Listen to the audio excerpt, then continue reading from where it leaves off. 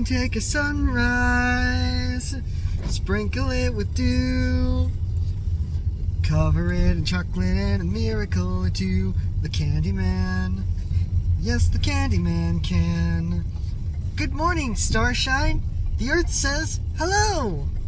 And welcome back to StillerBros at the Movies, where today we are going to be seeing the movie that Warner Brothers wants to make with the Harry Potter magic by a problematic author who they don't have to put money directly in the pocket of. Yes, Wonka. Wonka. So, Willy Wonka and the Chocolate Factory is a classic. There's nothing else to say about it. Iconic sets and characters and designs and actors, and one of Gene Wilder's best and most iconic performances of his entire career. And ultimately it comes down to just being a movie that has endured the last 52 years. And it's just a wonderful piece of cinema. And if you really want us to get deeper into more snarky and weird kind of commentary on it, well, there's about 50 years of jokes and hooks and comedy sketches to give you what you want. If we were to do it, we would probably end up quoting a lot of that John Mulaney bit, so I'm just going to put it up in the card to save us some time. But Willy Wonka and the Chocolate Factory is definitely one of those perfect movies. It's ones that you wouldn't want to touch ever. So naturally, they gave it to Tim Burton. Who obviously is great with remakes like Planet of the Apes, Alice in Wonderland, Dumbo. Oh, crap. Yeah. So, the Tim Burton remake is not good. Like, you got Gene Wilder giving the performance of his career as Willy Wonka. You got Johnny Depp making choices. Johnny Depp's performance is iconic in all the wrong ways compared to Gene Wilder's, who's iconic in all the right ways. And so we are left with a movie where Johnny Depp is just being crazy. It's more accurate to the book in a lot of ways. Like, the plot is just beat for beat exactly like the original book, except until you get to like the last 15-20 minutes. And also the parts where that Burton just decides to insert his daddy issues into the movie, with Christopher Lee playing his daddy. But all in all, there's a magic to the original Willy Wonka that you just can't take away. And if anything is an example of how bad sequels and remakes do not ruin some of the best movies ever made, it's the fact that Willy Wonka still stands the test of time, while Charlie and the Chocolate Factory is just kind of an oft-remembered but never really beloved curiosity of the early 2000s. And now, let's talk about the boy who's 5'11". He's actually 5'10". But, so, a few years back, Warner Brothers made the announcement that they were making a Willy Wonka prequel movie. And this was a thing that they had been toying around with for a while. Ryan Gosling was always the one who was on the top of lists when it came to recasting Willy Wonka as a sort of origin story of a younger Wonka establishing himself as a chocolatier. But of course that kept falling by the wayside because the way of studio politics. Now it just kind of feels like Warner Discovery saw the returns on Mary Poppins Returns and we're like, what do we have that's about the same age that could use an update of some kind? Hey! So they busted out so they brought in Paul King of Paddington and Paddington 2 and the Mighty Boosh fame to come in and direct and write the story for this. And to play the young Willy Wonka, they brought in Timothée Chalamet, of all people. Now, this is actually not that bizarre of a choice if you really look at it. Like, he does kind of look like a young Gene Wilder, and he is a Hollywood it boy, but the weird thing about it is just that Chalamet is not really a franchise guy. No, he's done... Like, Dune is the closest thing to a franchise he's ever done. Like, Call Me By Your Name is obviously, despite the idea that they were going to make a sequel to it, who it never went anywhere, and then of course he was just been a Greta Gerwig staple. But Timothée Chalamet is suddenly deciding he's going to do a Willy Wonka prequel movie, which is kind of a weird thing. Like, this is a guy who cut his teeth in art house movies and has basically stayed there for the majority of it. Like, Dune is a franchise movie, but it's also the kind of movie that's like deep lore sci-fi that it is a very slow and at least the first one is a very slow, methodical talking movie. Like, we watched that movie when it came out on Max, and gun to my head, I couldn't tell you more than like 3 things that happen in it, and none of them are that plot relevant. I watched it the other day. I watched it by myself on Netflix the other day. It moves at a click, surprisingly, the second time around. But that's not important. We're not talking about Dune right now. Yeah. So Wonka is like just said, directed by Paul King of Paddington and Paddington 2 fame. Paddington, of course, being one of those kids' movies that nobody kind of thought was going to go anywhere, and then Paddington 2 being, according to IMDb, Rotten Tomatoes audience scores, critics, and the tearful confession and the tearful realization of Pedro Pascal and Nicolas Cage, one of the best movies of all time. Yes. So getting Paul King to do this was basically like Warner Discovery just being like, we're going to make the whimsiest thing ever. So it's David Heyman and Paul King, of course, the team behind Paddington, and they're going to be making a Willy Wonka movie with all the stuff that you would expect from that. And also, apparently, this is a musical. I say apparently, because the trailers seem to indicate there are musical numbers, but they don't actually play a single note of any of the songs in there. Yeah. Which raises the question, does Hollywood have any faith in musicals anymore? Because this seems to be a problem lately. Yeah, it's happening here. It is happening with the Mean Girls movie that is coming out next month. It seems to be happening with If, because that trailer just dropped, but we don't know if that's actually a musical or not. It just seems like it has something resembling a musical number in it. It seems to have at least one musical number in it, but it also every scene that seems to indicate that there is a musical number seems to be like at least 3 little disjointed pieces. So we don't know for sure what that is, but it's weird because once the talkies started, Hollywood was pretty much built on musicals. Fred Astaire, Debbie Reynolds, the Cosby and Hope wrote 2 movies. It's just kind of weird that it seems like Hollywood is just like, if we advertise that this is a musical, somehow it's gonna hurt it. Like, they advertised Greatest Showman as a musical. That ended up being a big shock of a hit. Then it's almost like Cats is the dividing line, really. Yeah, Cats pretty much. Granted, the timing of Cats did not really work out when it came to movies being released in theaters, but that's a completely different thing that Cats had no control over, unless.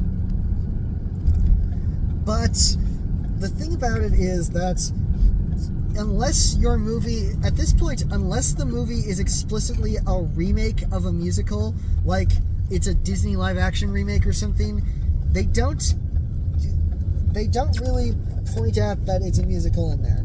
Like, they point out it's a musical in the Colored Purple trailer that they've been airing lately, but once again, not the Mean Girls one.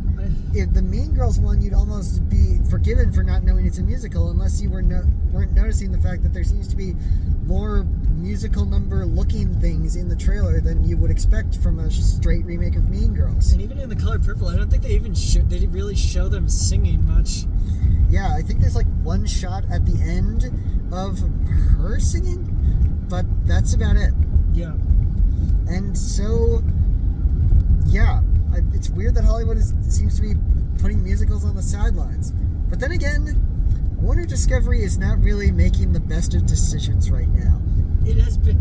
This year is Warner's centennial anniversary, Just much like Disney's right now. But you wouldn't be able to know in the same way that Disney has been celebrating their centennial. Disney, it feels like they have never let you forget that it is the 100th anniversary of the studio. They have mentioned it constantly. They've put out multiple specials and re-airings. They remade one of their most iconic movies and put it out. They put out a movie that was their big anniversary thing. They put out a short film that celebrated it. You can't even log on to Disney Plus without it reminding you that it is the 100th anniversary of the studio. Not to mention, you go to a Disney movie, and what do you see but the castle with Disney 100 right there on the big screen? Meanwhile, Warner, they slapped a 100 logo on a few of their Blu-rays, and they did a Teen Titans Go special commemorating a bunch of the characters from 100 years of the studio. Now, Warner's been on a downslope for a little while as a studio, and there's a lot that can be attributed to it, whether it be the Trump administration prolonging the AT&T merger just to spite CNN, or the whole merger as its own thing, the COVID pandemic, the failure of the DCEU, which we will talk about next time, and then just AT&T deciding to scrap the whole thing and sell it for parts to Discovery, and then there's the whole Zaslav administration. Yeah, so there's a lot of things that you could factor into why Warner seems to be on a downslope.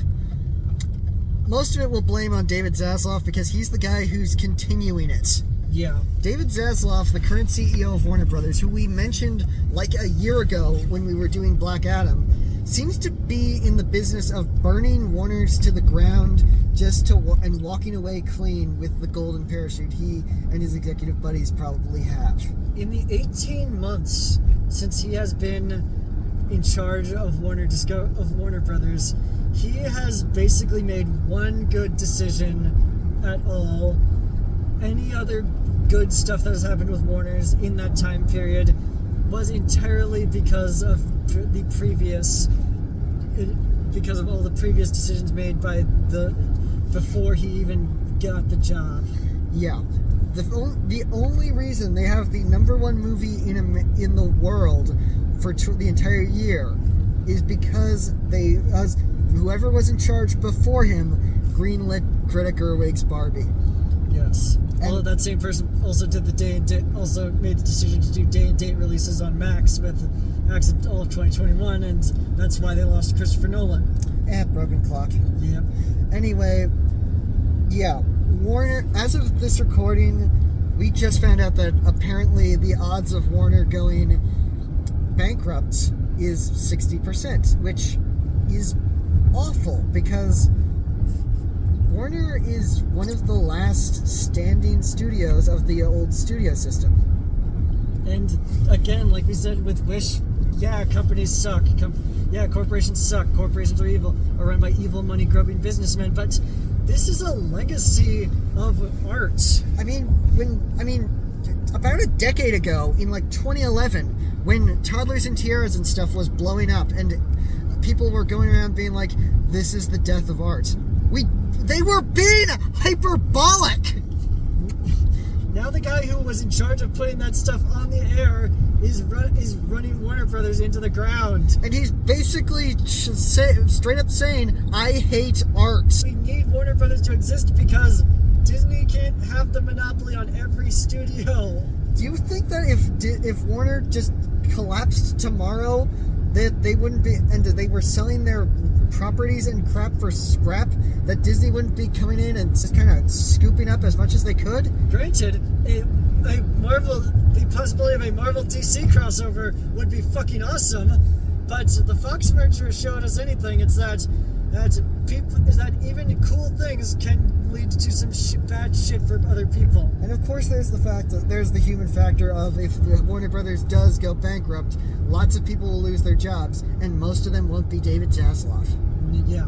So ultimately, this is kind of a bad 100th anniversary way to commemorate the 100th anniversary of Warner Brothers.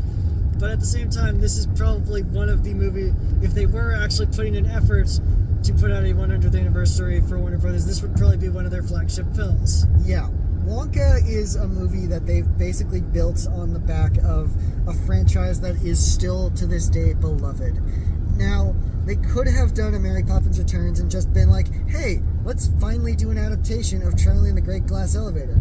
But I feel like that would have way too much setup to do. So a prequel it is. A completely original idea based on the bare bones of Roald Dahl's original work. Yes, which Roald Dahl always laid out some insane world building in his books. I went through a bit of a phase in late elementary, early middle school with his books, so I've read a bunch of his books: Charlie and the Chocolate Factory, Charlie and the Great Glass Elevator, Fantastic Mr. Fox, George's Marvelous Medicine, and all of these. And yeah, he can capture whimsy and have it also be incredibly dark. Yeah, and now Wonka. And I think the question is, how much more whimsical can this get? And I think the answer is none. We're just going to go in and see for ourselves just how good this movie can be. Because, once again, the creator of the Paddington movies is in charge of this. Timothée Chalamet is one of Hollywood's it boys right now. I struggle to call him a boy, but he is younger than us. Why are they always younger than us? Because we're old as fuck. Also, chocolate. Yes, chocolate. For the record, weird thing about this movie is that they're not advertising is that I have not seen a Wonka bar anywhere. The Tim Burton movies had Wonka bars and stuff like that. They have gummy top hats. Gummy top hats. Chocolatier. And it's gummies. Nothing against gummies, but... Nothing against gummies. Gummies are awesome. But chocolate is... Well, but like, I'm not going to do a running cap, but I'm pretty sure chocolate is going to be one of the most reused words in this entire movie. Seriously, guys, you couldn't... Then again, the Wonka brand name is on more fruity candies than chocolate candies, and these days with nerds and sweet tarts and all that. Yeah. Wow, this has been a lot of tangents. Yeah. Anyway, yeah, Wonka. We're gonna go in, we're gonna see what's what, and we'll see you guys after the jump. So, I was sitting through through pretty much the entire movie, thinking, okay, this is pretty good. Not fantastic, not great, but it hits all the right beats. It's a pretty fun, whimsical little movie. Then, near the end, it does something. And now I just think this movie was a pretty much perfect version of what it wanted to be. Yeah. That was such an amazing story, and it tells just a great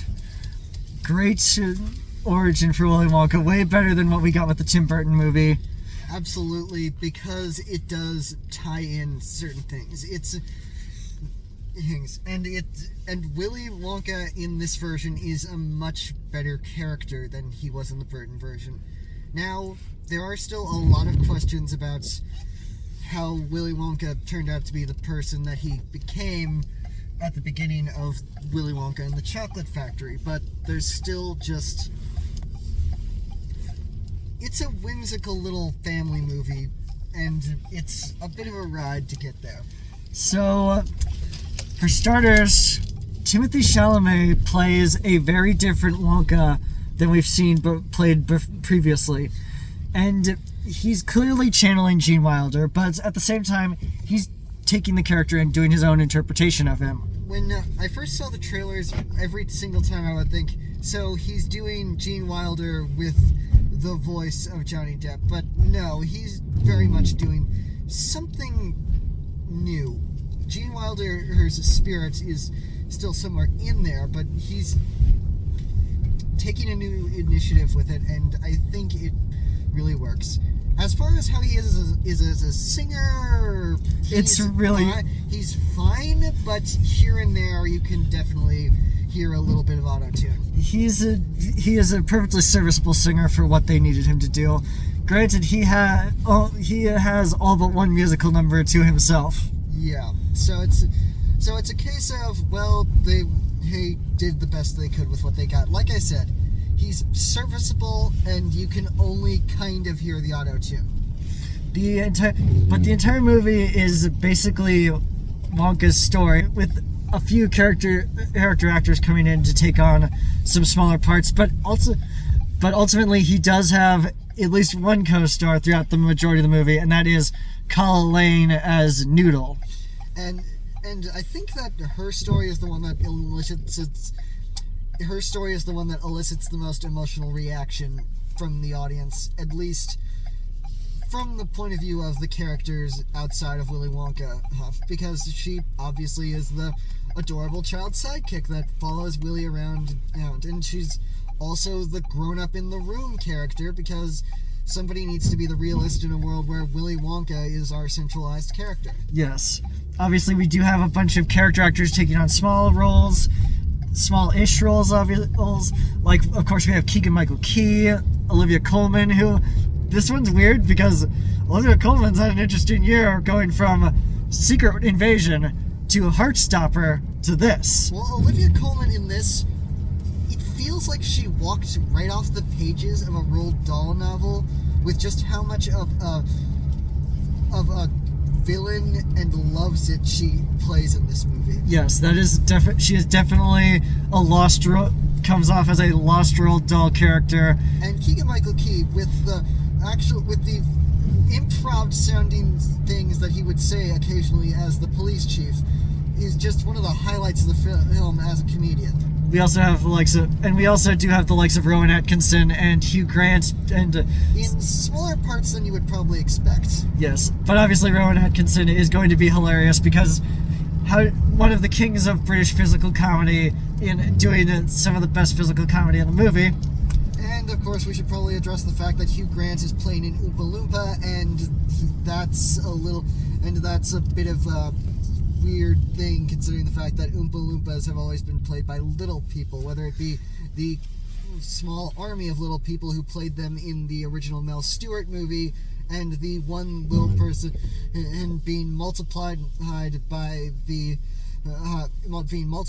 in the Tim Burton movie. Now, it's nice that we're at least like CGI augmenting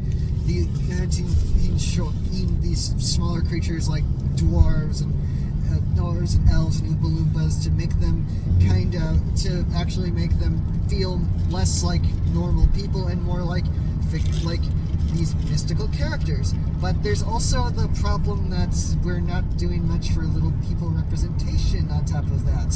Yes. We can't really speak for that, but it feels kind of weird having 5'11" Hugh Grant playing an Oompa Loompa. Yeah, it's a bit of a troublesome argument to make.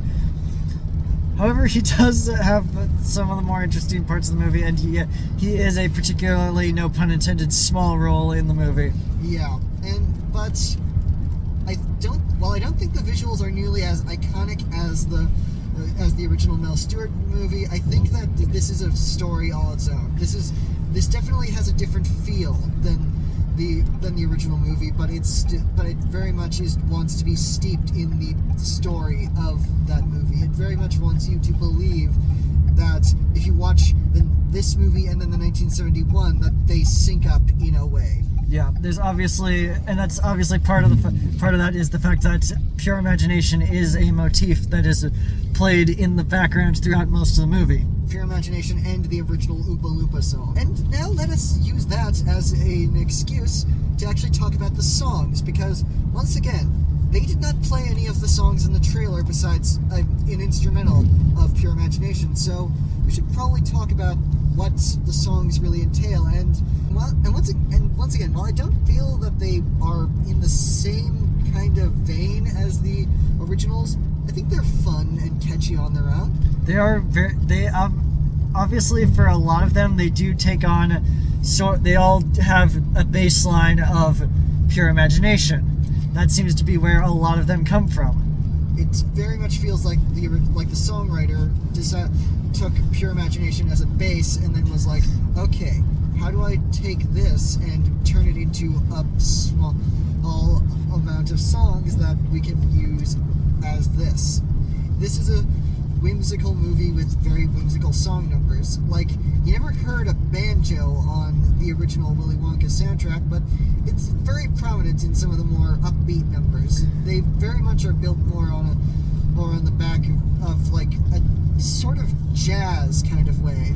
Yeah, and it all culminates, not knowing what the songs are going to be, it all culminates in a final number that I dare not spoil, because this is something you need to go into as blind as possible in order to get the full emotional effect. Like I said, this is a movie that I was so willing to be like, this is pretty good. It's not great, but it's pretty good. But then it hits this one moment at the very end, and I'm not made of stone. It worked, and it almost makes the 1971 just a little bit better if it had that context added to it. Yeah. And I just can't say no to that. And I think that that's what Paul King was really going for. This man does whimsy fantastically, and I think that Paddington and this have shown that this guy can really have all the power he wants in a family movie, and will just be able to work with it. Whatever he does next will be interesting. He's right now, one of his upcoming projects lined up is the Fred Astaire biopic starring Tom Holland. So hopefully that makes it through, and he can actually make that, and maybe it'll be his first movie for grown-ups. But screw grown-ups. This guy makes great movies for everybody. And so, I don't know, Wonka is just one of those movies that it does just about everything right.